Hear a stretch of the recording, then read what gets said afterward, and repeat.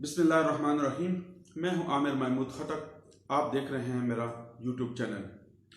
पाकिस्तान तहरीक इंसाफ की हुकूमत ने यकसा निज़ाम तालीम के ऊपर बात की है और उसमें बताया गया है कि इसमें कुछ कुरानी आयात, दुआएं और सीरतुन नबी सल्लल्लाहु अलैहि वसल्लम पे मजमून शामिल किया है। एक साइंसदान एक टीवी टॉक शो पे बैठा हुआ था, उसने इनके ऊपर एतराज़ किया, यानी उसका नाम परवेज हुदी भाई। उसने इनके ऊपर एतराज़ किया कि ऐसे दुआएं अगर तालिब इल्म को रट लगा दिए जाएंगे तो इससे जो दूसरे मज़ामीन हैं उसका स्पेस ख़त्म हो जाएगा।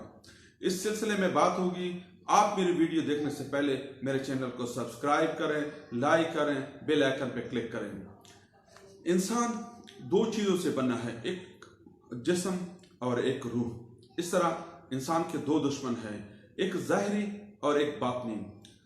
हमें ज़ाहिरी दुश्मन तो नजर आते हैं, मसलन इंसान, जहरीले जानवर, कीड़े मकोड़े और दूसरे ऐसे दुश्मन जो नजर आते हैं। लेकिन कुछ हमारे दुश्मन जो हमें नजर नहीं आते, शैतान, बदनजर, जादू टोना, जिन्नात, ऐसे हमारे दुश्मन हैं जो हमें नजर नहीं आते, लेकिन ये हमें ज्यादा नुकसान देते हैं।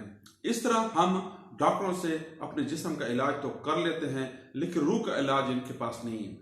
रूह चूंकि अल्लाह का अमर है, इसलिए उसका इलाज भी आसमानों में है, यानी कुरान आयत जो अल्लाह ताला की किताब है इसमें है। हम वो कुरानी आयात, दुआएं का एहतमाम करेंगे तो जो हमारी रूह बीमार है उससे ऐसा ऐसा निजात मिल जाएगी। इसकी बहुत सारी दलीलें हैं। एक दलील जो मेरा ज़ाती मुशाहिदा है वो ये है कि चूंकि आजकल गुस्सा बहुत आम हो गया है, शयातीन हमने सुना है कि हमारे जिस्म के खून के अंदर गर्दिश करते हैं और हमारे दिलों में वसवसे पैदा करते हैं, युवस्विसु फी सुदूर नास, और इस वसवसों से हमें गुस्सा आता है और गुस्सा बदगुमानी पैदा करता है और बदगुमानी से जो रिश्तों में नफरतें जन्म लेती हैं और एक हंसता बसता घर नफरतों का शिकार होकर उसमें जो खुशियां हैं वो मार पड़ जाती हैं और एक वीरान बन जाता है।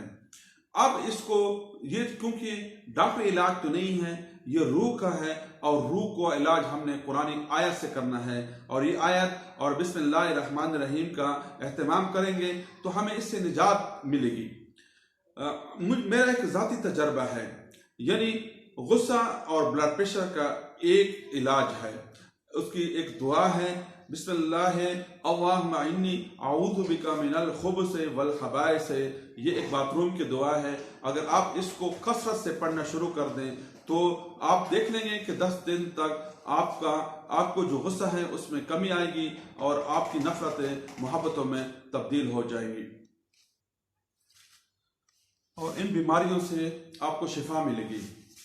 दूसरे अनदेखे दुश्मन है, वो हर वक्त हमारे जिस्म में रहते हैं, हमारे जिस्म में खून की तरह गर्दिश करते रहते हैं।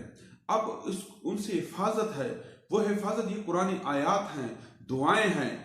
आप इन दुआएं का एहतमाम करेंगे तो जो अनदेखे दुश्मन हैं वो आप पर ज्यादा असरअंदाज नहीं होंगे।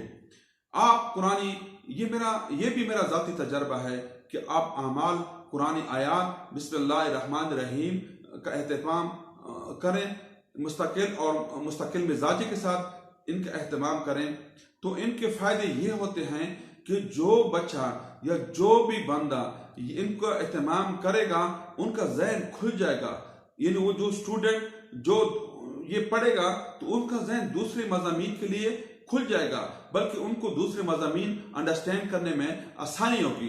बल सिर्फ फर्ज यकीन का है। अब देखें, कुछ लोग ये नहीं मानते, कुछ लोग जिन्नात को, शयातीन को तो मानते हैं लेकिन जिन्नात को नहीं मानते, यानी शरीर जिन्नात का मतलब शयातीन है। हमने कभी ये देखे नहीं है।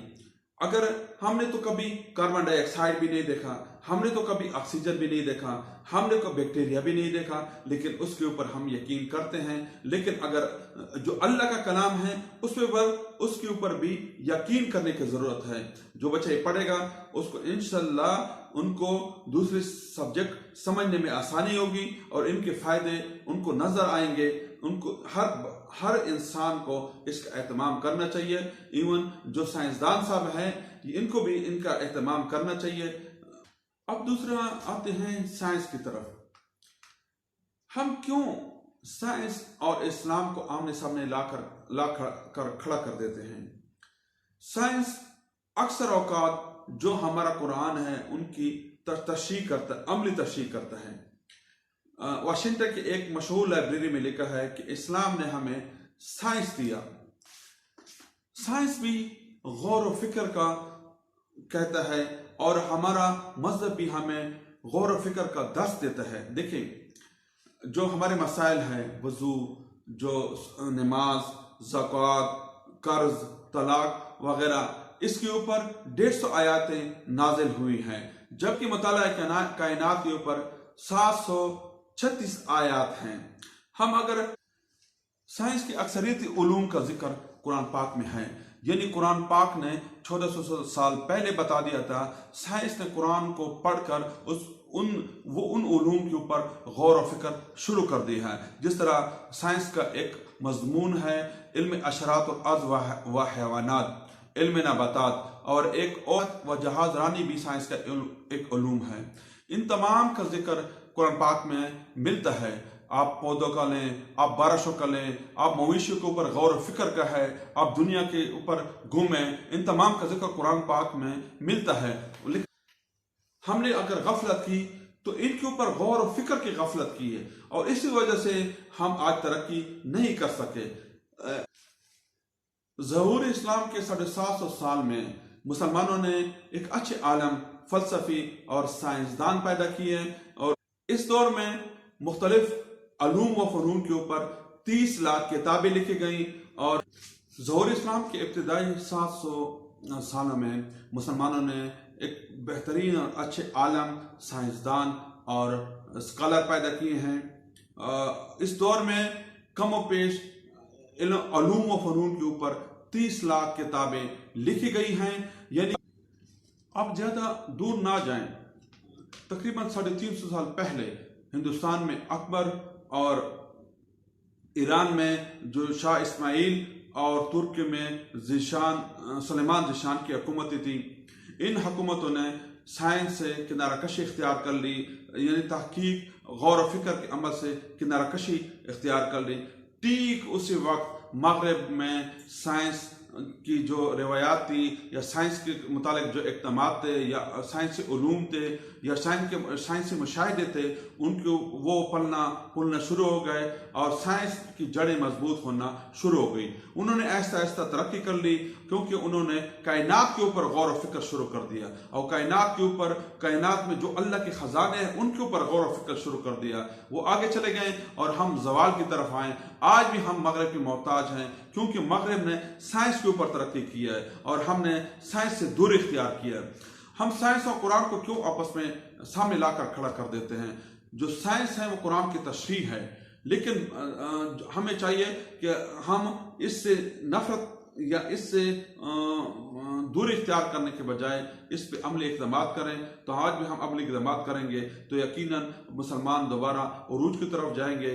जो मुसलमानों का ज़वाल है वो ख़त्म हो जाएगा। अगर आपको मेरी वीडियो अच्छी लगी, आप मेरे चैनल को सब्सक्राइब करें, लाइक करें, बेल आइकन पर क्लिक करें, ताकि आपको मज़ीद अच्छी वीडियो मिल सके।